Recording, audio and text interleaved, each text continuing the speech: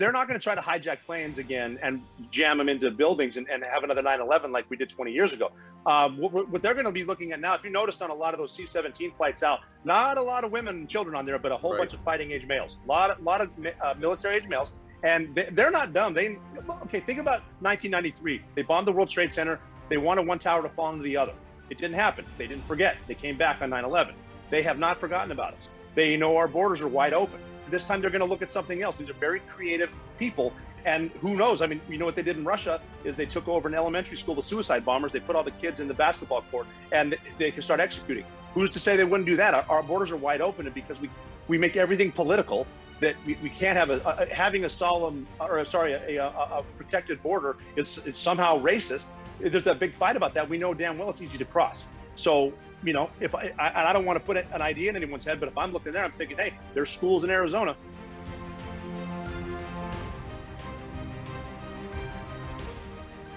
All right, welcome back to the show, everybody. I'm honored today. Today's special, and I think it's going to be a show that you'll never forget the rest of your life. That's my outcome for today, and I invited two friends of mine, two people that I'm proud to have any association with. And we're going to talk about Afghanistan today. We're going to talk about the Middle East, and even our role in general in the world with the military. And then we're also going to talk about why you should care.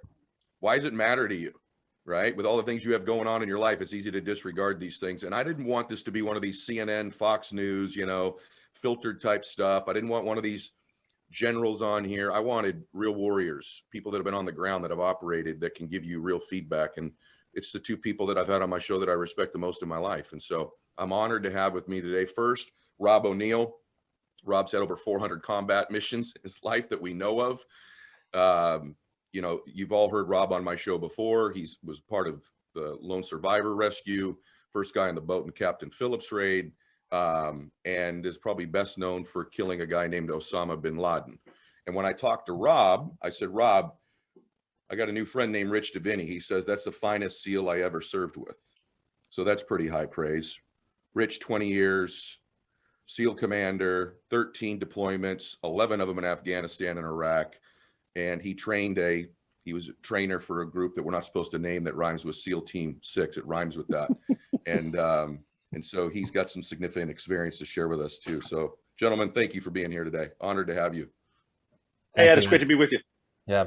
Great to be here. And let me just give you a call out because, you know, Rob and I, you know, we lost contact, we lost touch, and that happens just because, you know, when you leave the military, it's kind of a natural progression. But you know, you were the reason that Rob and I got to finally talk to each other after I think it was 5 or 6 years it had been. So yeah, it's been a long time. And Ed actually sent me a message saying that he interviewed you, and I said I wasn't sure if I didn't mention you by name at the time, Rich. But I had quoted you, I think, 2 or 3 times when I was on Ed's podcast the first time. And I didn't know if you were either going to love me or hate me for doing that, like I was stealing your material. But I know that a lot of stuff you said to me when we were working together, and we can get into that, has stuck with me, not just in the Navy, not just at SEAL Team 6, but afterwards in the 10 whatever years I've been in the private sector. Well, I appreciate that. I do. Yeah. It's good to be with this group. It really is. So thank you. It's certainly, and thank you both for your service. I didn't say that. So let's start out. How do you both feel about what's happened there? Rob, I'll start with you. So, you know, today I'm reading that, you know, the Taliban's taken over the last province that was remaining as of today, like maybe just within the last hour. We're coming up, we're recording this before, but it'll come out right after. It's the anniversary of 9/11, 20-year anniversary. Just your overall thoughts of what you've seen take place there the last few weeks. Rob, you first. Well, what's sad to see is we're pretty much back where we were on September 10th, 2001, when Al-Qaeda actually sent operatives up into the Panjshir Valley where they're fighting what was the Northern Alliance and is again, and they killed Ahmad Shah Massoud, who was the lion of the Panjshir who was fighting them. They killed him on 9/10. They attacked on 9/11. And they were the reason up there why we were able to send some of our brave people in there with air support to fight the Taliban. They're up there right now. I'm getting, you know, because the Taliban took over, we knew they would cut off the cell towers. We knew they would cut off the internet. So we're getting spotty information out of there. But what they're trying to say right now, they did attack and take over the place where Massoud himself was buried. They held it for 5 hours. I just found out that they had taken it back, but the Taliban flag was raised for about 5 hours. And they're going to keep fighting up there. That's where the vice president, who's probably the current president of the government that we left behind, he's up there, he's fighting with them. And that's where we're recommending, if we can find Americans and Afghans who helped us, get them there, and then they can get them out to a different country. But it's a big fight. We've even seen people, Americans are up in Mazar-e Sharif trying to get out, but that's where they're holding the how many airplanes. And you're going to hear, the suits in Washington and the Beltway say, well, no one's trapped. They're just, on an airplane being held on the ground with people with guns. It's a complete mess. They did everything wrong. There are different reasons that we should have done. We're going to get out of Afghanistan eventually, but if you took some people on the ground and asked them what's the worst way to do it, you couldn't have come up with the worst way that this has been handled so far. And Rich, I assume you feel likewise. I do. I mean, it's so I think it's important for us to almost separate the two. There are two facets to this. There's the decision to leave. That's one, right. and then the actual withdrawal. Okay. I think no one can debate that the actual withdrawal has been very, very poorly executed, to say the least. Right. I mean, that's and Rob's gotten into it a little bit, and gosh, I mean, that's just so apparent. In terms of the decision to withdraw, there's arguments to be made on both right. fronts, and of course the decision was talked about during the Obama administration, was actually talked about more and even signed into action during the Trump administration, and then of course ratified by the Biden administration. The fact is, we had about 2,500 U.S. troops on the ground. About 7,500 coalition, about 10,000 contractors. There's an argument that could be made and had been made that just that small presence could have been maintained, and could have stayed there as just a presence to kind of hold off the resurgence of the Taliban. And so there's an argument can be made that we could have stayed. Now, that obviously didn't happen. That's hindsight. The decision was made to withdraw. Now we have to figure out, okay, now that this has happened, what are the effects going to be on the region holistically, right. on the globe?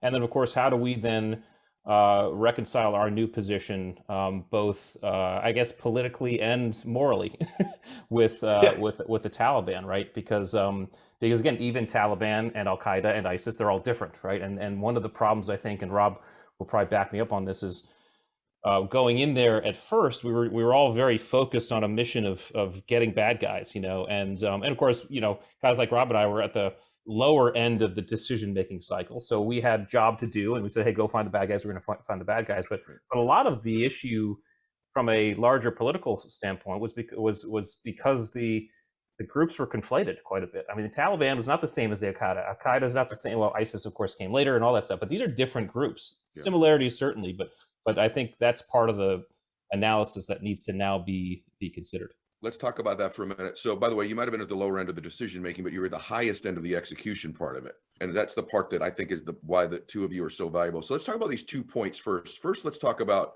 the 2,500 that were there. Then we'll talk about the mess. So, the 2,500 there, and I've even heard Rob say, "Hey, we probably did need to get out of there." And even Rob's, I've heard, made the case we probably should have got out of there like back in 2004 before all these IUDs started destroying all of our guys, right?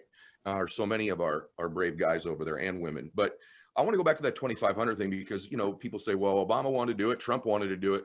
And this has become sort of like a consensus that, hey, we shouldn't be there at all.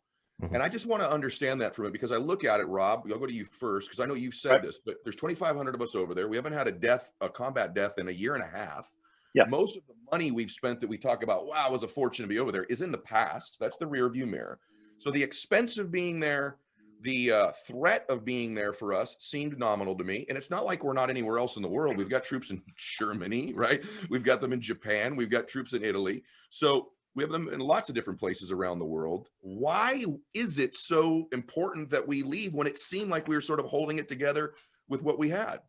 Well, you mentioned my first deployment. I lived actually in downtown Jalalabad, Afghanistan in 2005. It was at a point where we're on the ground thinking, so the hearts and minds, and I've been told this by Taliban themselves, face to face, eating rice out of the same bowl, that we're believers, and you're not going to get us with tea and cookies.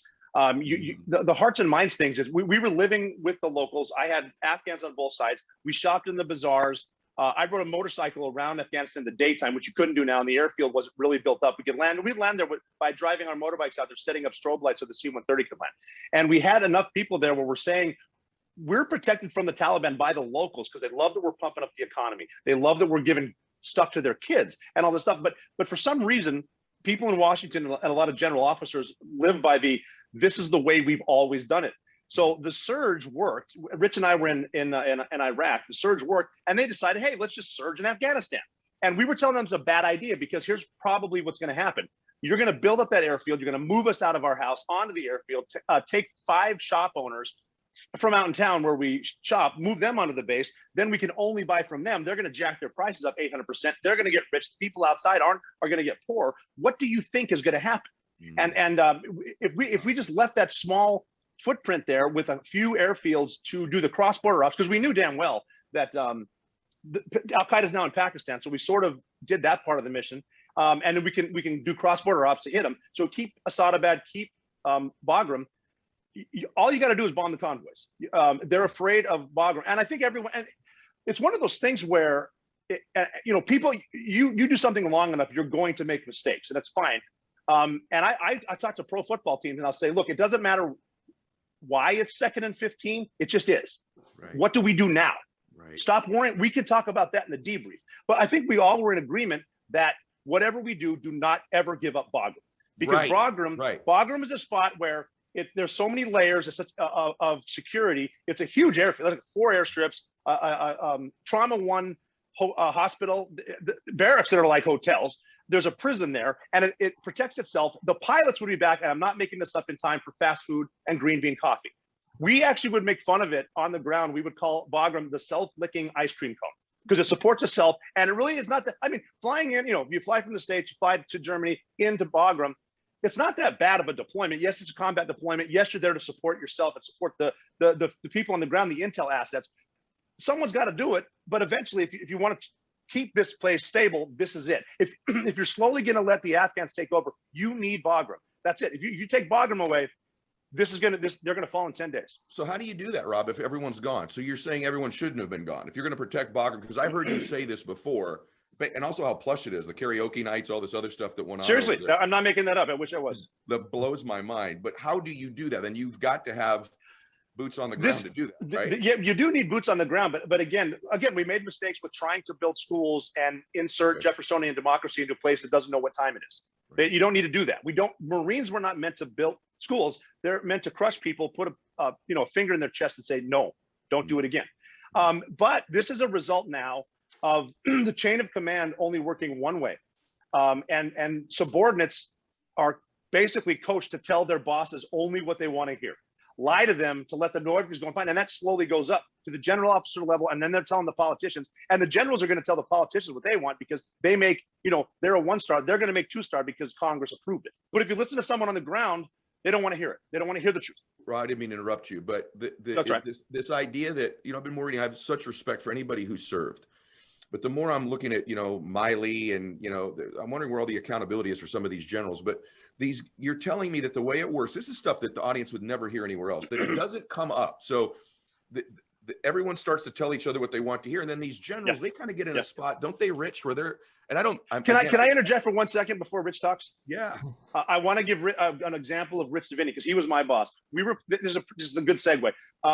He and I were doing some mission. We were fighting in Iraq in 2007, which is the busiest summer I've ever been a part of. And we were planning something. I remember looking at it and I said, hey, what do you think, sir? You're in charge. And he said, oh, make no mistake. I'm not in charge. I'm just responsible. Wow. So that is, geez, Louise. So Rich, that is true. These guys get to I want to say this respectfully, because what do I know? But it seems to me sometimes these generals almost get to this point where they're playing politics because they're one step away from sitting on Chevron's board someday or something like that, right? So they're not going to rock the boat. Everyone starts sort of telling everybody what they want to hear. Is that how you end up having a mess like this that's taken place because no one's able to talk to chain of command above them and say, no, this is wrong. Maybe we should protect a few of our helicopters. Well, yeah, I mean, it's part of the way. And again, I want to make sure we recognize the fact that there, and Rob and I know this. So there were some very, very outstanding general officers and senior people we worked with. Oh, no doubt You about know, it. Yeah. and so yeah, now this idea that that sometimes the lines are blurred because good news really sometimes needs to be heard is 100% true. Does it happen all the time? No. Is it part of the problem? Certainly. But let me just give you another optic here, because I think we can, it can take a little bit of the pressure off of the military. I think one of the problems that we have faced historically is that terrorism is looked at as a military problem. Okay, terrorism is not a military problem. Saying terrorism is a military problem is the same thing as saying obesity is a fitness problem. Okay, terrorism is the result of a bunch of different things, and certainly there are military aspects that can help with the raw end of terrorism. But terrorism is ultimately it's an ideological problem. It's a poverty frustration problem. It's a economic problem. It's an isolation problem. There's a lot of factors that go into this environment. Give you a quick example, and this is where, gosh, if I could give advice to anybody right now, I'd just say anybody, whether we think about Afghanistan or we think about the nation right now, is try to practice some empathy, right? And let me give you an example of this just in Rob and my world, because I remember us having this conversation. It was Rob and a few of other of us, and I can't remember which country it was in. We were in so many, but it was either Iraq or Afghanistan. And it was one of these times we saw there was one of the kids out there. It had to be 15 or 16, and he had fired or attempted to fire a rocket propelled grenade at one of the convoys, U.S. or whatever, and of course it didn't go well. Okay, he got addressed by the coalition, and it was unfortunate. I remember us sitting and seeing this, and we began a discussion. It was really interesting. We started to think and say to ourselves, just walk that back for a second. Think about that kid. Okay, that kid is probably from a family whose dad is gone. Okay. It's probably just him and his mom and maybe his sisters. There's no school for this teenager. There's no alcohol. There's no sports. There's no release for all of this testosterone. There's no pathway forward for this kid. And his family is suffering. And one day the bad guys come and say, hey, we will pay you 100 dinar to go fire this rocket at this U.S. convoy. And every single one of us, to a man, said we would be that kid. Okay, if we were in that country, we would be that kid. Okay, so this starts to explain some of the ways this starts to bubble up. It's just so much more than a military problem. And I think one of the things I've talked to now a couple, certainly my buddies and some folks we've all lost, but maybe some widows as well. And I've told them in the recent days, I said, we can't ever think that what we did was in vain. We did the job we were asked to do. We were asked to go plug holes in the ship. Okay, that's what I always think of ourselves. There's a bunch of holes in the ship. We go down, we start plugging them, but we can only plug those holes for so long until someone is up topside taking that ship into port to be fixed. Okay, we were asked to go find bad guys. We did our job. We did it well, in some cases too well. But we did it, and so we should feel proud about that. That it was not buttressed by a larger strategy on how to kind of secure this place, and this goes for both Iraq and Afghanistan, because both were difficult, because we're not that good at nation building. It's unfortunate, but it's also historically typical. And so when we talk about the military's mistakes, of which we had many. We also have to address the fact that the military was asked to do something that the military isn't supposed to be doing by itself. I mean, and so it was a huge mission. It was a huge mission in two different countries.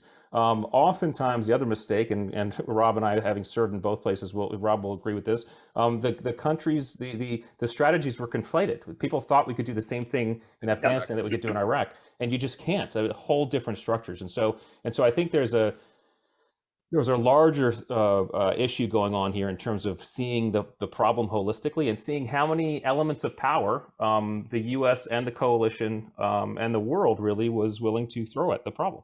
Do you think that, by the way, I really appreciate you sharing that perspective, and for all the former and current military listening, because I am getting messages from so many thinking what they did do there was in vain. And I know you guys are too. I mean, that's the prevailing messages that I get from people that serve, that they just feel like, gosh, what was my time there for? Mm-hmm. And then Rob says earlier in the conversation, hey, I think we're back to September 10th. And that concerns me listening, because, you're discussing these missions as past tense because those are over, but this feels like in my own heart, I feel the reason I want to do the show today, I feel like there's an inevitability to what took place after September 10th. Yeah. And then what took place after that. Except, Rob, let's talk about this. Except, I want some solutions from you as well. But except when we leave $90 billion roughly in equipment there. We've lost the base. The prisons have been opened. The unbelievable things that are already happening to women. I read a report today about a pregnant woman. She's a police officer, and them executing the Taliban, executing her in front of her family. And I get emotional when I think about this, because it's not just the money that was left there, Rob, but what do we do? Because, you know, these Apaches, these tanks, I have to think China and Russia would like to get a good look at these, you know, some of our technology. Well, of course. Right? So Of course. You mentioned Bagram earlier. Like, is there a chance ever that China tries to take a base over like that inevitably someday? I'm just curious of your thoughts, and what do we do? Because all this crap is still left there and they have it now. Well, I mean, the proof's right in the video. They showed one of our helicopters being flown, I think, over Kandahar, and that dude was hanging from it. I don't think that was an execution. I think that was a fighter trying to fix a situation on a flag or something. But the point is, the helicopter was flying, and there's no way the Taliban learned how to fly it in 4 or 5 days. That's someone that was either U.S. trained, a Russian, or someone from China or Iran. Wow. It's in there. That's flying it. If you notice, the Chinese embassy never closed, and they just said that that's their biggest partner in rebuilding, which means China's going to move in for sure. And they're trying to get that pathway from, because China and Afghanistan actually border through Pakistan to get into the Gulf of Oman, the Arabian Gulf, so they can get there into their with reach into Europe. And then you just bringing China, the big picture thing. You got to think about Taiwan, because China wants Taiwan back. I mean, you got celebrities like John Cena speaking in Mandarin, apologizing to the Chinese people for calling Taiwan a country. The issue is now, what's going to stop China from taking Taiwan? I wouldn't trust us. They got to rely on Australia and Japan, our allies over there. And granted, we do have the most powerful Navy, but we used to rely on sea power. We used to rely on alliance solidarity, deterrence, forward defense. And who's going to trust us? It's a bigger issue with China trying to become the only superpower in the world. And if you think about it, the problem is we've taken our eye off the ball, because this is a direct result of political correctness gone wild. I've had veterans hitting me up today, DM on social media, saying, do you think we're diverse enough as a military to fight China and Russia? Diversity has nothing. I mean, diversity is great, but no one in the military really cares about it. Like, Don't Ask, Don't Tell was huge, the repealing of it when I was getting out. I'm in Afghanistan after the bin Laden raid, talking to SEALs, and I said, do honestly any of you really care if anyone in this room is gay? No, absolutely not. I don't care if they're gay, black, white, straight, whatever. If it's equal opportunity, meaning if you can get to the standards, welcome aboard. I don't care if you're a woman or a man. If you can do it, let's all do it together. No one cared, but just this hype. For some reason, the media likes to hype stuff up because bad news gets great ratings, and it's the flavor of the day. It's a 24-hour news cycle.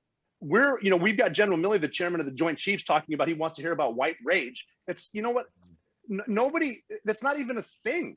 And they're talking about that.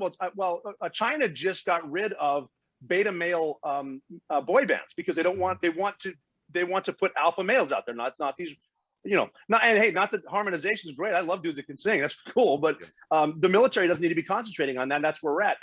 And again, it just comes back to telling the truth, because right now we're in a time where telling the truth can get you fired. Right. Yeah. Well, the other part is it's not just that bad news sells nowadays. The worst part is that hate sells nowadays. It's gone beyond just bad news. It's become so kind of visceral and hateful. I mean, it's targeted, which is tough. But let me a quick thing about just a quick taste of optimism here. I think in terms of this equipment, first of all, most of the equipment was disabled or destroyed, especially the higher tech stuff. Certainly, there's some left over. However, I would say not a lot of PMS, which is preventive maintenance servicing, going on over there. So I think a lot of that equipment will, and I might eat my words, of course, but will be used for a little while and not be used anymore. I don't think China and Russia are necessarily interested in our equipment over there. We do have to be concerned because, like Rob mentioned, there's a vacuum now, and China and Russia are filling that vacuum. But there, I think what we have to be worried about is the fact that Afghanistan's sitting on quite a bit of resources that China and Russia could get their hands on, or probably have interest in getting their hands on. the other thing, so I guess the optimism is that I think Rich, do you agree with Rob that maybe their hands are on them? For example, the example he gave with the like, what I love this is you're not hearing this anywhere else about, you know, CNN's already moved off of this because they want to protect their guy, right? They're onto another story. And if it would be reversed, if this was Trump in, Fox would have moved off of it and CNN would be covering it ad nauseum. I get all that. I'm just saying, do you tend to agree with Rob? It sounds to me like you're a little bit more bullish than Rob is, but do you agree that, you know, who was flying that Apache? I mean, yeah. I mean, again, we trained a lot of people over there. I mean, there's a, you know, so who knows? But, you know, again, I think, is it concerning? Sure. Is it keeping me awake at night? No. I mean, it's not really that piece is not keeping me awake at night. I think the piece that keeps me awake at night is the fact that there's a vacuum there, that we have to, as a nation, figure out how to fill the vacuum as necessary. Okay, we're not going to, at least in the immediate near term, and I say that maybe 5-10 years, we're not the first people who are going to be affected by a destabilized Afghanistan. Okay, that's really going to be people who are more close to the problem. That does not mean we need to, you know, we need not be concerned. We have to think about the concerns, and we have to think about some of our truer competitors. Because again, the other thing that I'll say, and again, Rob, correct me if you disagree, but I think one of the side effects of this 20-year war, that is the negative side effect, is we lost the bubble. We took our eye off some of our bigger threats, some of our near peer threats. And so coming out of this now, I think it's going to provide us some focus on some near peer threats that we've lost we had to kind of get back in our hands in terms of understanding what they're doing. Because I just don't think our next war is going to be one with muscles and guns. I think it's going to be one with nerds and cyber technology and things like that. And we have to really start. This is where, you know, again, you know, Rob speaks about diversity, and it's why, you know, the military, it's a very, very diverse institution. It shouldn't be overly focused upon, because guess what? Wherever you're from, there are certain aspects, certain attributes that you're looking for in military personnel. In some cases, it's the muscles and guns guys. It's guys like, you know, I guess Rob and I, although Rob's a lot stronger than me. But you know, the guys who tote this stuff and go fight the wars or fight the battles and shoot the guns. But it's also, we need the thinkers. We need the intellect, the people who are thinking beyond you know, being on the ground. I mean, the level of ground engagements in this kind of new technological world is only going to get smaller. You know, we're gonna start seeing wars fought in ways that are different than muscles and guns. And so I think we have to start thinking through a larger term strategy as a nation. And our military is, as far as I know, and the limited stuff I hear, we're starting to shift that a little bit and starting to say, how can we actually begin to win again? Let's talk about the thinking thing, Rich. I want to ask you that. By the way, I'm so proud of being able to share both of you in not the stereotypical way, you know, that you know, millions of people are going to expose to frankly, the intellect and brilliance of the two of you guys. I know you both are really humble, but I'm really proud the way both of you think through these things and what you can share. This is what should be being talked about on television right now, and it's not. But the thinking part, you seem to have a little bit more confidence, Rich. And by the way, it makes me feel good that you have more confidence in some of the decision making, because I've been going through, you know, the last few weeks perplexed, and I want to understand. And let me tell you, we'll put a bow around Afghanistan in a minute, but I want to understand this. I want my audience to understand this. By the way, your point of that they have destroyed some of the equipment, I had not heard that. So that's the first time I've heard that some of the equipment has been destroyed. So that's wonderful. If that's accurate, that makes me feel somewhat better. But I just think about a few things. Why was this so abrupt? You know, and I mean, as my little skeptical hat goes off, you know, I go, why was this so abrupt? I know there was a plan, but how would we leave civilians there? How would we, like you mentioned Taiwan earlier, what this looks like to our allies is horrible, to people that are in these other vulnerable places. Why did we do this? Why didn't we destroy all of the equipment, right? Why wasn't everybody out sooner? I'm trying to understand. It's because there's a photo op for 9/11? Is this a diversion because you're trying to stick through a $3 trillion 45th stimulus package? Or was there an ineptitude that took place, just real significant mistakes with, you know, Milley, you know, Biden, I guess he's the ultimate decision maker, Blinken, Austin, all of them. Like, Rob, why did this happen the way it did, in your opinion? In my opinion, I think it was for the photo op. And again, I want to revert back to what I said about yes men telling him, if someone tells the president, look, the Afghan army has us, they're twice the size of the Taliban, they have all the gear, they have 20 years of training, we can get the 20-year anniversary of 9/11, which in my opinion should just be observed and not celebrated. But I think that, you know, I'm not as negative as I may sound. I like to be positive. I really don't think anyone there being in power is trying to do the wrong thing. They're trying to do the right thing. They just sometimes get bad advice, or they're going about it the wrong way. If they're making it for political decisions, that's, you know, that's a bad thing. But I think this was just a really bad advice taken very, very quickly. Where, I mean, one of the first rules, even my wife said this to me, and she has no military background. She said, why did they give them a timeline, a date we're going to be gone, and why did we give up Bagram? Just bad decisions made yeah. And again, it goes back to the generals. If I was a general that said, don't give up Bagram, and they did, I'd resign. If I said, do give up Bagram, I should be fired. When Rich and I were on the ground, if we screwed up that bad, we'd be dead or court-martialed. It's just the way it should work. And I just, again, I think it was it was a shiny object, great political photo op, and then the midterms are in a year. It just, you know, I don't really think President Biden made this decision to try to just destroy us. It's just really bad decision making, bad advice, and you know, trying to hurry it. You can't hurry this. So situation on the ground there. By the way, just thank you both for being so willing to share. I want to have everyone understand the situation that happens on the ground, because you've both been there a lot. How does, you get roughly 300,000 people in the Afghan army, right? I mean, what do I know? But that's what I've been told. They've been trained for years and years. They've got the better equipment. The Taliban's got 80,000 people, and in 3 days they're toast. So how does that happen, Rich? Is that because these guys never intended to fight for their own freedom, their own country, because they've been paid? What's the dynamic on the ground that allows the Taliban, which is a third the size, right, with crappier equipment, in less than a week to basically dominate these guys? How does that happen? And did that surprise you?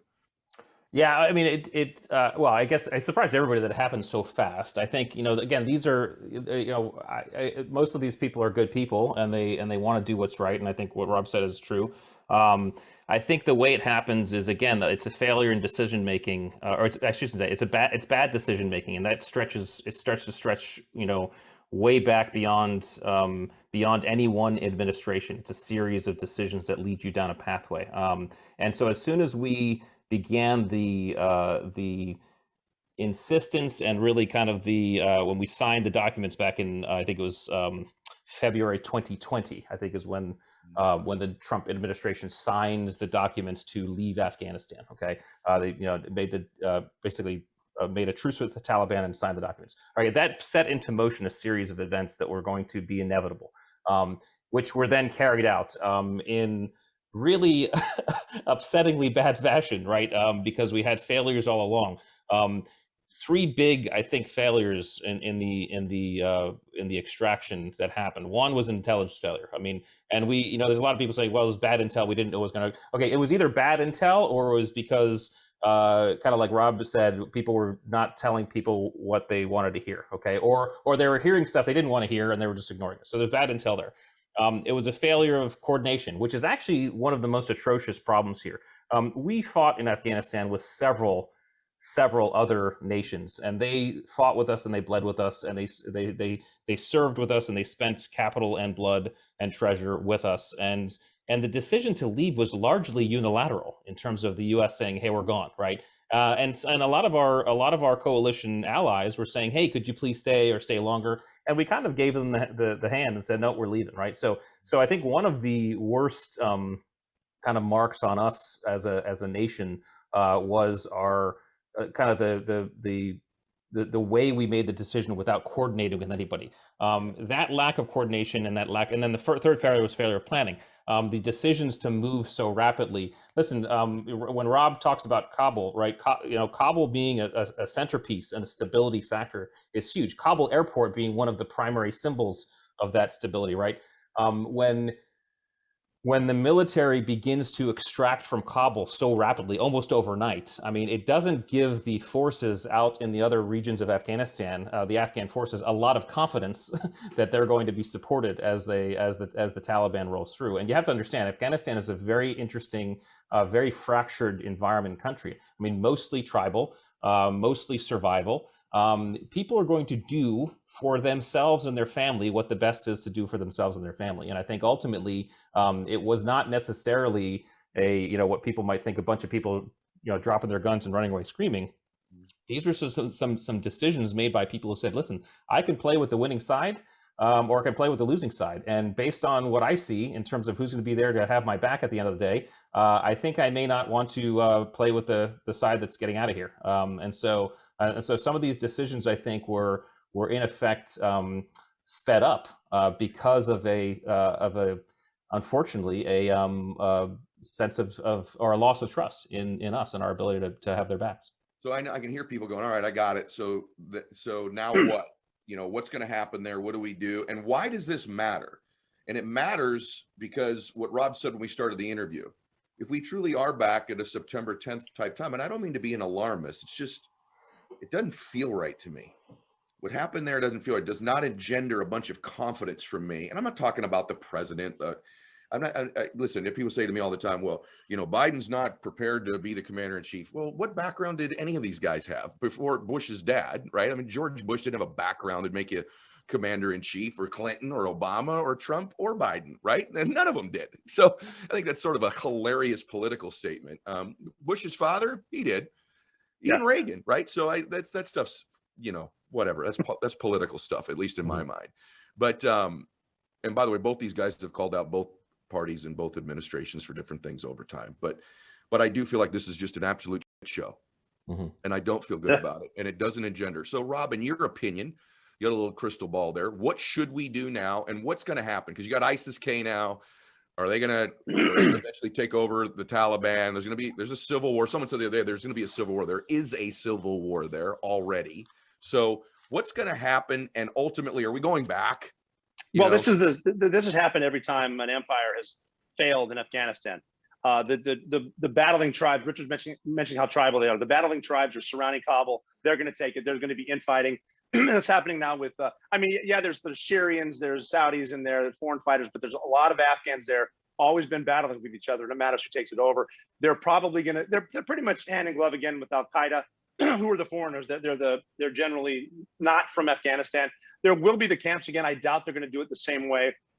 But the problem that we're going to have now is how easy it is to get into the United States to attack us again. And it's not, they never forget. We always say never forget, but our problem is we always forget to never forget. They're not going to try to hijack planes again and jam them into buildings and have another 9/11 like we did 20 years ago. What they're going to be looking at now, if you noticed on a lot of those C-17 flights out, not a lot of women and children on there, but a whole bunch of fighting age males, a lot of military age males. And they're not dumb. Think about 1993. They bombed the World Trade Center. They wanted one tower to fall into the other. It didn't happen. They didn't forget. They came back on 9/11.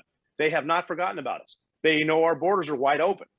This time they're going to look at something else. These are very creative people, and who knows? I mean, what they did in Russia is they took over an elementary school, the suicide bombers. They put all the kids in the basketball court, and they can start executing. Who's to say they wouldn't do that? Our borders are wide open, and because we make everything political, that we can't have having a protected border is somehow racist. There's that big fight about that. We know damn well it's easy to cross. So. If I don't want to put an idea in anyone's head, but if I'm looking there, I'm thinking, hey, there's schools in Arizona. Oh boy, yeah, I worry about that too. The border part of it. Everyone asks me, "What's your politics?" I don't know, because I'm super socially liberal and extremely fiscally conservative, and I really do believe in a strong military, and I believe in forward deployment. I would rather us be in some of these places than waiting for them all to come here. I just believe that theoretically, not having a military background, but theoretically that seems to make some sense to me. The border has been an interesting issue for me because I hate the demonization of the people that have tried to come across here to just live better lives. I know you do too. I've lived in California. These have become our friends. They've raised our children. They've picked our crops. They've cleaned our homes. Their sons have died in our military. I hate that demonization thing because I think it's terrible and it makes me sick to my stomach. Yes, it is. And I know you feel that way too. And by the way, those people have now done more than that. They now are real estate agents and mortgage brokers and doctors here, and they've elevated their status here. How they got here, we were complicit with them, in my opinion, right? So we're part of that whole equation. If we didn't really want them coming, they wouldn't have been coming. So I don't like that conversation. However, my friends that are high up in both parties, and I mean really high up that I work with, worry about exactly what you just said. Yeah. and I'm talking even the ones who publicly, Kevin, said they're for a real border wall, their worry is exactly what you just described, which is that people we don't know coming here, not to get on a social program, but to really do damage to our country. And we probably ought to know who's coming in the country, and that they're not stupid, that is a open place to come in. And there are schools in Arizona, and there are places in Texas. And so that is a worry. Yeah. I agree with you completely too. I'm the same way, fiscally conservative, socially liberal. And, you know, I mean, and again, it's crossing the border is sort of like in a war zone. 99% of the people are just trying to get on with their lives, get better lives. If I was in Central America and poor, I would do the same thing. I'm not blaming these people. I'm just saying you have to have the honest conversation, you know, about what's going on. And the people high up the powers that be are so political. They don't want to get in the same. This is why we, not to get on a different subject. This is why we need more veterans in Congress, because they'll at least get in the same room. Democrat, Republican, Independent. We'll get in the same room and just talk about it. I mean, but you got to just be realistic about it. Rich, you're nodding. You agree? But Rich, I agree with you on several things. First of all, I would say I wouldn't even be able to classify myself. I classify myself as politically homeless. I'm part of the homeless problem, right? So. And I think this is by the way, this is a great example of, and you know, there's a lot of things Rob and I agree with. There's a lot of things we disagree on. This is a great example of how people can sit down and have a conversation with each other about things we disagree with. You can have empathy for another human being without agreeing with that person, right? You can feel with it. Rob and I did not agree, and our buddies did not agree with the guy who was shooting the rocket-propelled grenade at the U.S. convoy, but we certainly empathized with him, right? Absolutely. So you can have empathy without agreement. And so I think this is why we are in the state we're in, is because we can't have these conversations, right? Why can't I have a conversation about the fact that I do believe that we should be able to own guns, but I also believe we should try to keep the guns out of the hands of idiots. I do believe that no doubt about it. I do believe that Rich, I'm the same way. I'm pro 2A, but you don't need a flamethrower. Come on. That's right, you don't. Yeah, and I do believe, you know, we're founded. Our country's founded on the melting pot, you know, of the United States. But we need to understand and have a process by which we understand who's coming through our borders. When it comes to threats, I think, though, one of the things that's a little bit more scary, I think, is not necessarily the people who are physically coming across the border. I think we've seen the terror networks actually proliferate through the internet a little bit, a lot more since 9/11. I mean, when we first went out there, we kind of knew where they were and where to get them. Since then, we've seen this proliferation of online content, the radicalization that happens and occurs, that goes global very quickly because it goes through the lines of the internet. And this is where I think our intelligence agencies have to be more concerned about these lone wolf threats and things like that. The people are getting radicalized because they're watching things online. There's environmental cues that are cueing them into that, and I think that's where our intelligence agencies need to also start focusing. Certainly, we have to have a consolidated effort. I think one of the great things, I say, you know, great is a weird word, but one of the great things that came from 9/11 is that it fused our agencies in ways that had never been fused before. Even in the military, we started working with the other services like we'd never worked. Our intelligence agencies started to talk to each other, and things became a lot more, or a lot less siloed, and I think that was a positive. But I think, you know, we have. Let me just go back one thing, because I do have a little bit of optimism about the Taliban, okay? Because I don't think I don't think we're necessarily from a Taliban perspective in the same position we were on September 10th. The Taliban, it seems at this point, are looking for some legitimacy globally, right? And through that search, they're reaching out, they're having conversations. A lot of people don't remember, but even before 9/11, in the late 90s, the Taliban, after establishing themselves and taking control of Kabul, began to, and they were recognized as a legitimate government by, I think, UAE and Saudi. They sent delegates to the United States, and they visited the United States and sent delegates. This is before 9/11. So even then, they were trying to establish themselves. Now it seems like they're trying to do the same thing, and there's a little bit more of a stake. They're talking to people. They are facilitating things that previously didn't seem facilitatable. I mean, we are still getting people out through through kind of conversations we're having with the Taliban. So that, and again, I'm not saying this is a great place to be, because again, the overarching ideology and Sharia law is kind of antithetical to the United States, our kind of moral system, and it's atrocious, and it's great, with great sadness that we're going to see especially the women of Afghanistan kind of plunged back in that system. But I think there's a real difference in what we're seeing in terms of the Taliban's overarching goals right now, and they do have to contend with ISIS-K, remnants of Al Qaeda, things like that, that are not congruent with their overall strategy. So it will remain to be seen in terms of how that works out. The other actors in the game, China, Russia specifically, they're also concerned about extremist behavior too. So it's not just the U.S. that's on the fight. Can I ask you about that? I by the way, both of you, because we're on Zoom, so forgive me for interruptions towards the end of your sentences. In person, that wouldn't happen. But basically, what you're saying to me is that we're in business with the Taliban now, which is just unbelievable to hear you say out loud, and that. Well, no, I didn't say that. I meant by the fact that it seems to me like maybe what we're saying here is that eventually, when the dust settles here, we have to bet on one team ourselves.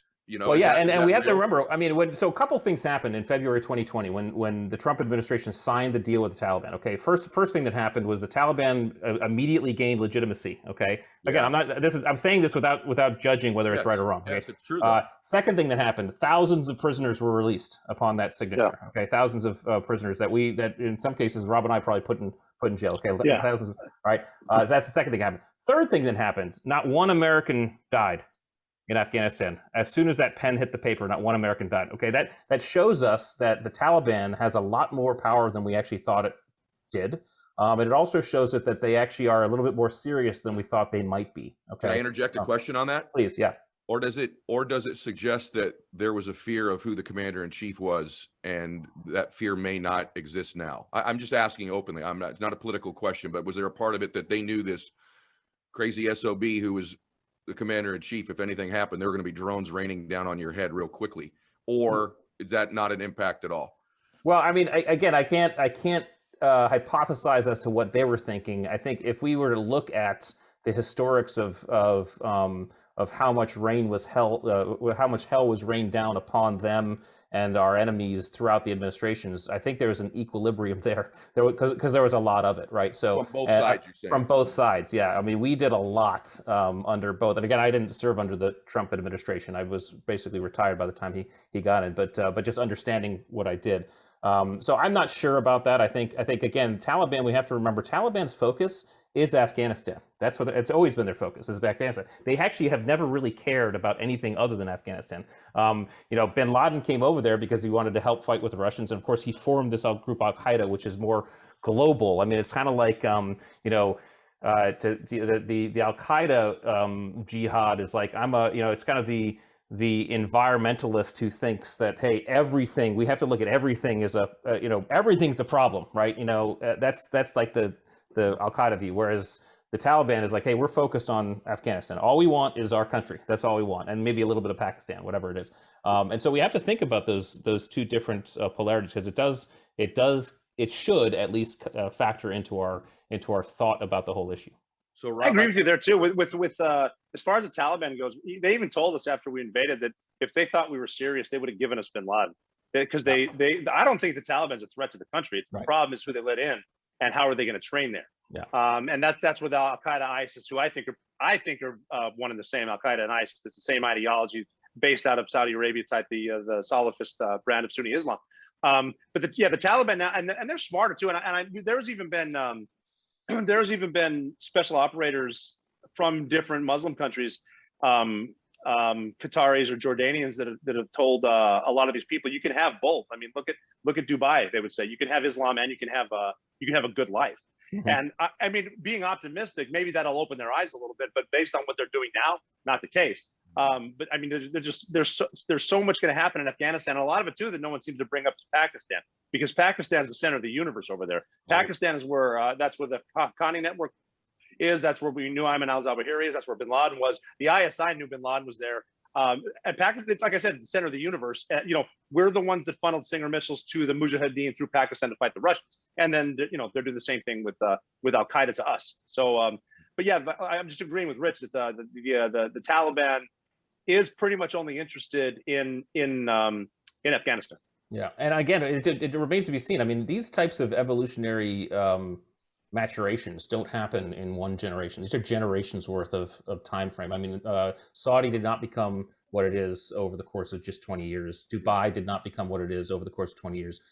It will be up to, I think, the Taliban. And, you know, honestly, you know, one of the key factors is the youth. If the youth is allowed to rise, I mean, look at Iran. Iran's a great example. I mean, there are discotheques in Iran that rival Vegas in terms of the youth of Tehran, right? And those young people want nothing to do with the radical ideas of the Ayatollah and things like that. They are the key. They are the key. Capitalism in that sense is the key. This is the problem with Sharia law, right? It doesn't really allow that type of education. This is what we were hoping to help stem and actually help proliferate throughout Afghanistan, was education and getting people to kind of learn this. I think this is a responsibility, at least something we should keep our eye on in terms of empowerment. No, that's right too. Is it with we've proven now for 20 years, you're really not going to win the long game with brute force bombs and bullets. It is going to be through education. Mm-hmm. It's everything from it's what's being taught to the young minds in the madrasas on the border in Pakistan. Again, look at like Iran. Iran is Sharia law, but it's the young liberals that happen to like music. That I like Hollywood. I don't have a problem with this dude just because he was born in a different country. And that's that's what the hard nut to crack is how do you. We're gonna as far as jihad goes, we're gonna make peace with Muslims because of Muslims, not because of what we try to force down their throats. Right. I agree with you on that, but I just think sometimes y'all don't give yourself enough credit as well. It's, you know, yeah, things there aren't the way we would like them to be. I'm speaking again of Afghanistan, and Iraq didn't go the way that we wanted it to either. But you know what? We don't know what would have happened had you not done what you did.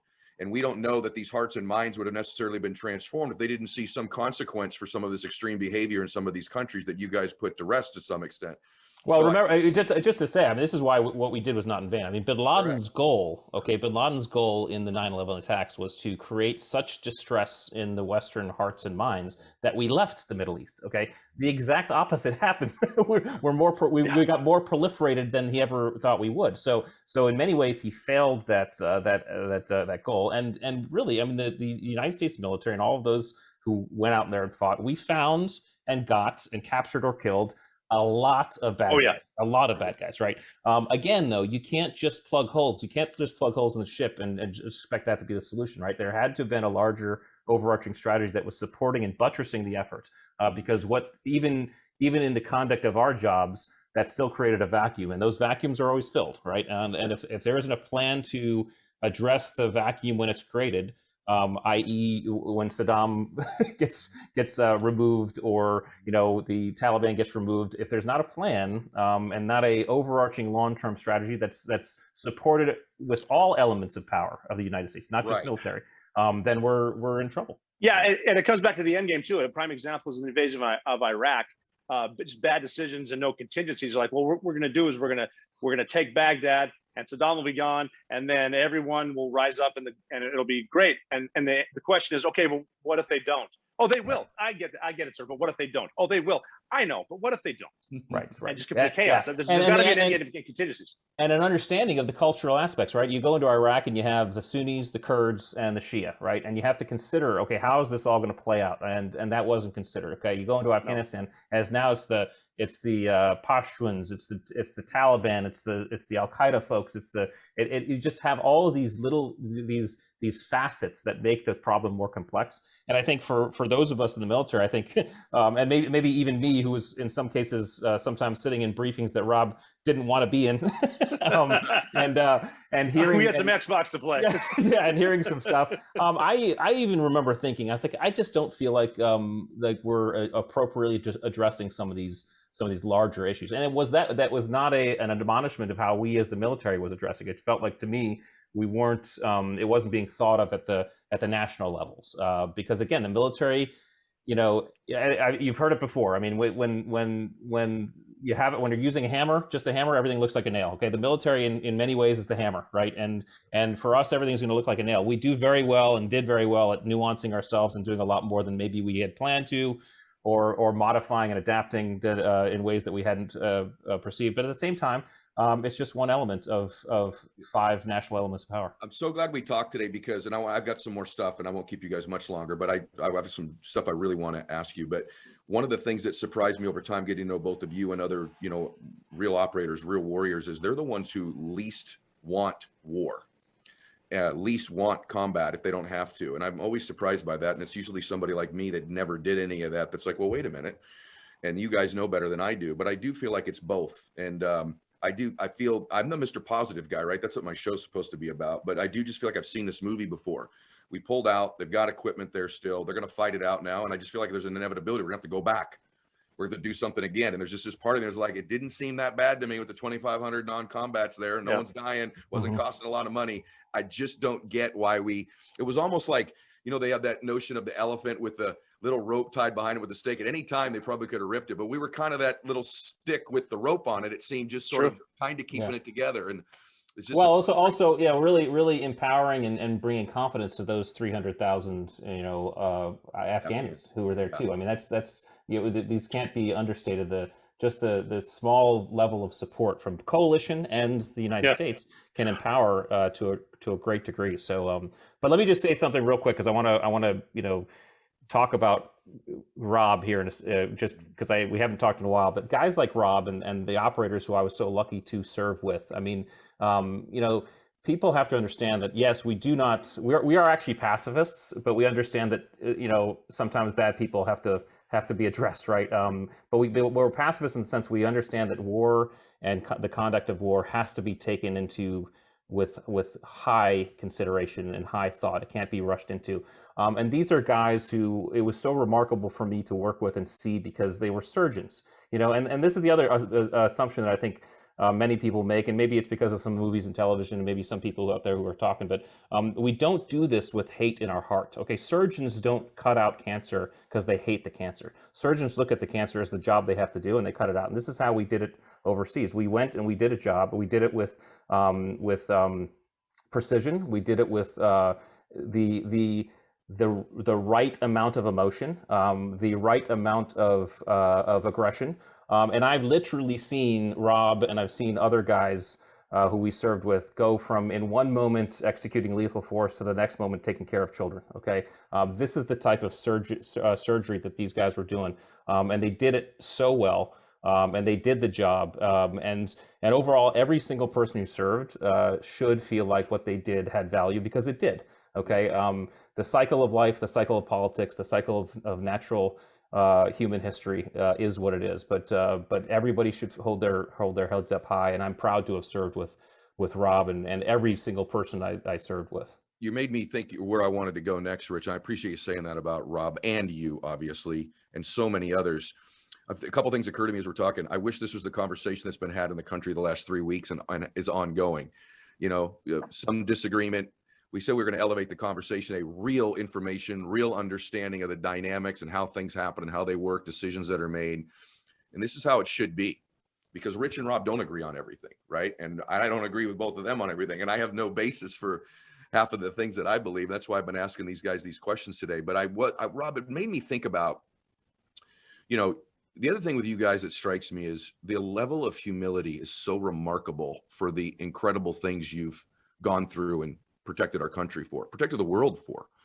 And Rob, just for a minute, you've been on the show, we've covered it before, and I won't have to go through the whole story, but I just think this stuff just sounds like a video game to even someone like me, right? These are just like, it's literally a video game.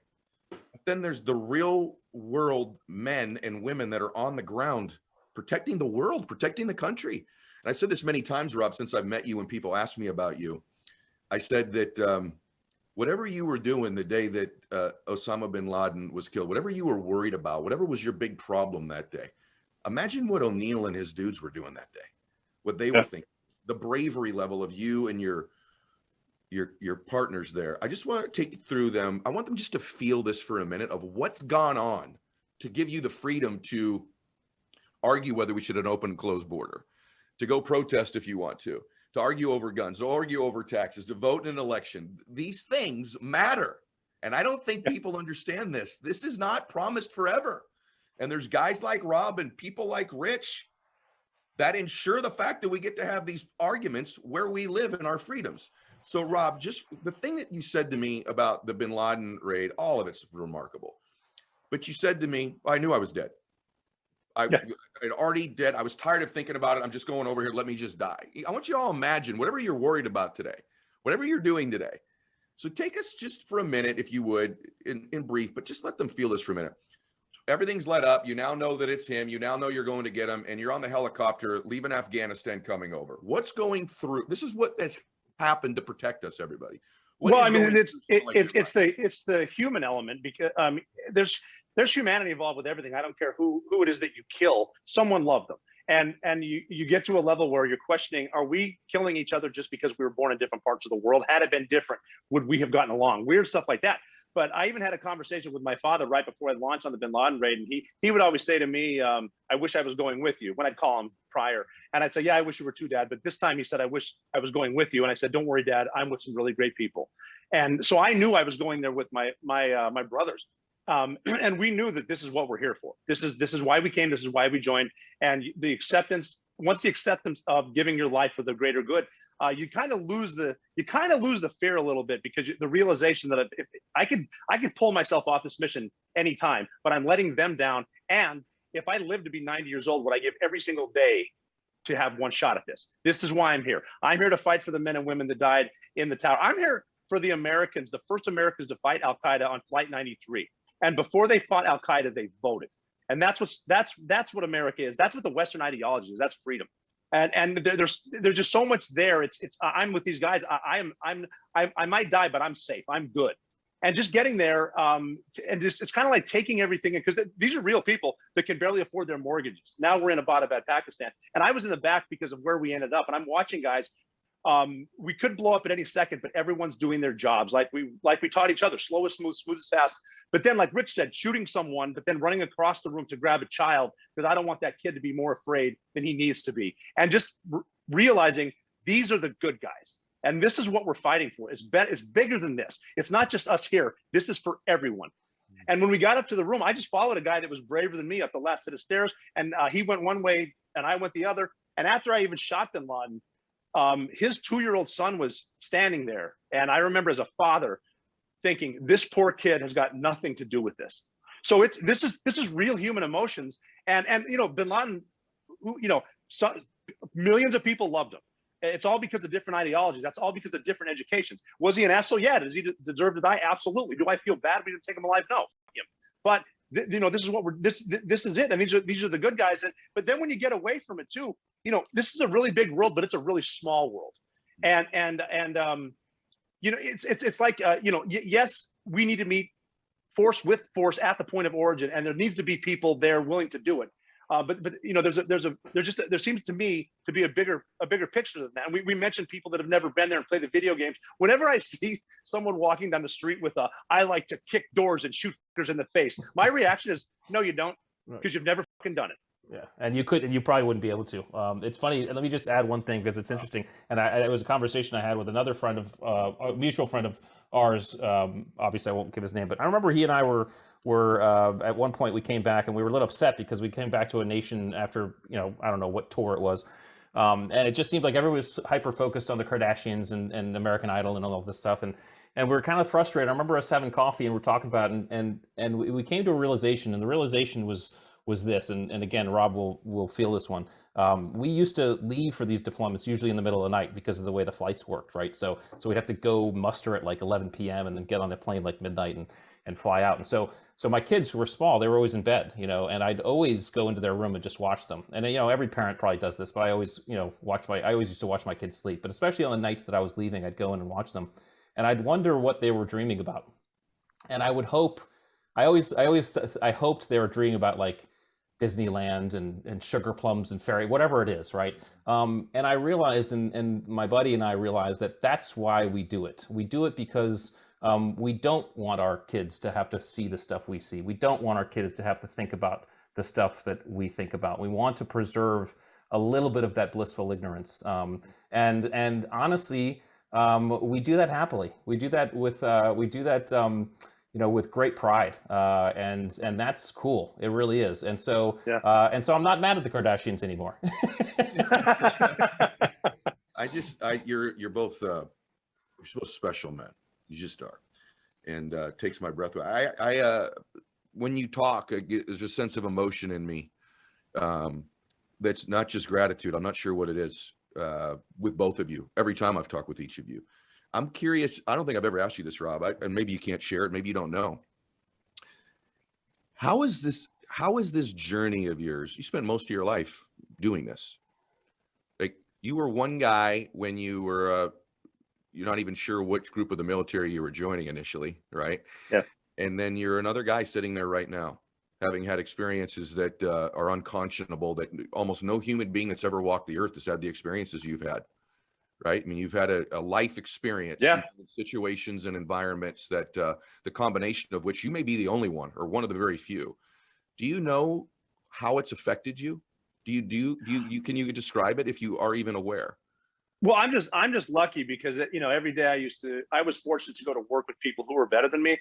But I learned being a dude from Montana who joined the Navy basically because the Marine recruiter wasn't in the office. I couldn't swim, and I ended up in Bin Laden's bedroom as a Navy SEAL. It proved to me that it doesn't matter what you look like or where you're from. You can do anything as long as you keep a positive attitude. One of the things in SEAL training that an instructor said to me, the abridged version, was, when you feel like quitting, which you will, do not quit now. Quit tomorrow. If you can keep quitting tomorrow, you can do anything you want to do in life. Just wait till tomorrow. I was going to quit today, but I'll just quit tomorrow and quit tomorrow. And then, as far as fight, that was the best experience of my life. I missed a lot of time in the United States. I missed a lot of time away from my daughters, but I was over there. And when you get when you're the number 2 man, number 3 man going through the door, you're no longer fighting for the political party in charge. You're fighting for the men and women next to you. And so it's very important for a lot of these veterans to realize what they did was not in vain, because it comes to a point where someone needs to take a stand, and you took the stand. And that's it. And there's people that don't have the platforms that I do. They need the recognition. The Marines that were out there walking in a ridiculously hot sun through the minefields with the people next to them who've seen their brothers and sisters killed in action. What they did was not in vain. And the message I would just tell them is a lot of people are going through it. And the important thing is, once in a while, don't try to self-medicate. Put the bottle down. Call someone. Even if you're having a bad day, call someone, because they might be having a good day. And when you're having a great day and you get out of the gym and you have the endorphins going, call someone, because they might be having a bad day. And we can get through this together. It's nothing you did was in vain. It doesn't matter who made a bad decision. You made the right decision to be there. And again, we're the good guys. Yeah. Oh I'll add something, because I think this is we lost several friends. I lost one of my friends right before I got out of the Navy, actually, and we were at Dover, and we were receiving his remains, and there was a bunch of us buddies who did that, and one of the guys pulled us all into a room. He said, "Hey guys, let's just get in the room here for a second." And he said, "Hey, we need to tell each other we love each other more often. Sure. We need to remember to do that. Okay, we're not doing it enough." And so that's what I would say to everybody out there. Tell the people that you care about that you love them more often. Okay, because it only does good. It really does. And I know you have couple, well, we're not Navy SEALs anymore, we're former Navy SEAls, right? But a couple former Navy SEAls here. And if we can sit here and tell people that you love them more often, do it, right? This is what we need in this country. We need to love each other more. We need to have empathy. It's okay to disagree with each other. What's not okay is if we don't talk to each other. So empathy, love, and discourse is what we need. Oh my God. Now, Ed, you see why he was such a great leader? That's another line I'm going to steal from Rich. Yeah, it's mine too. I got it too. I have it. So by the way, you guys, it goes without saying, thank you. It's, I keep getting emotional because I know how special this conversation is. I know that so many people needed it. I kind of feel like both of you guys need it too. Like, all your brothers. No doubt. Yeah. I hold you both in such high regard that make me feel good about something. And if you can't, I know you'll answer it honestly, but there's this part of me that, as I've got to know both of you, by the way, these are two of the best speakers you'll ever bring into your organizations or your companies either. And they both got books that if you don't have them, most of you bought them when they were on my show, but if you didn't, Google them both, get their books and have them come speak. I've had them come speak. I've had Rob come to speak to multiple different organizations, and Rich just spoke to my Arate group and was just absolutely incredible. So if you want more of these two, you can certainly go get them, go to their Instagram, go to their websites. But, both of you I hold in such high regard. And there's this part of me, as I learned about, there's the military, and then there's the special ops, there's the SEALs, there's the Rangers, there's the other guys. And then there's, someone like, both of you that have just done, you're rich in training, and Rob and all of his deployments too. And then Robin, just had this remarkable career. And I watch sometimes lately, I feel like, are you guys a past generation? That's what I worry about. Is this a generation that doesn't exist anymore? As maybe the military's become, I'm all for being woke if you want to be woke, but I'm just, some of this other stuff I've seen in the military, assure me there are other yous that exist that are coming up, or do you worry about that as well? And I mean that with the highest degree of respect for both of you, but I know from being around and knowing Rob a while, I know now from knowing Rich, like I know minus a handful of people, the world could be very different. And most of them aren't famous. Most of them aren't well known. And you take this select group of a very small group of people, and this world could look completely different. And I've got kids that are now almost turning 20. I'm going to have grandkids. I want them to be in a world like I've been blessed enough to live in. And I know it's dudes like you two that afford that opportunity. I know that. Are you guys a past generation, or are there other ones of you that are operating right now and that are coming up behind them? I'm confident that we're going to be just fine. One of my favorite quotes, I think it was Babe Ruth, but he said, "The loudest boos come from the cheapest seats." And because the so much negativity on social media and such, you can kind of get lulled into that. But a couple things happened to me. I've got a cousin of mine who joined the Army within the past year, and he said, "Yeah, some of this training we're doing is ridiculous, but everyone's positive about what we're doing, and they're willing to get in a fight." And the other night, I walked down the street to a playground, and I was playing basketball, shooting hoops with my wife, and I got invited by some of these young kids to get into a pickup game. And I just looked around and saw how many young kids were out there, no cell phones, out there playing basketball, dudes on their scooters, running around the park, just doing stuff, active stuff. They're not going to have the humpback because they're staring down at Instagram. I'm very, very positive. Just, if you're having a bad day, put the phone down for 24 hours and stay on Twitter. You'll be amazed how great life is. And I'm very, very positive about what's happening. And by the way, and if you want to laugh, follow Makuya on Instagram. Some of the funniest shit in the world. Yeah, and keep in mind, most of that's tongue in cheek. He was always one of our primary class clowns. I talk about how powerful the class clown is. Hey, let me interrupt, Rich, real quick. It was funny when we got done with the Bin Laden raid too. I noticed one question that every SEAL, when they found out Bin Laden was dead, asked the other SEAL, "Well, who got him?" And I heard the common responses. They said O'Neill got him. Like, oh shit, we're never going to hear the end of this.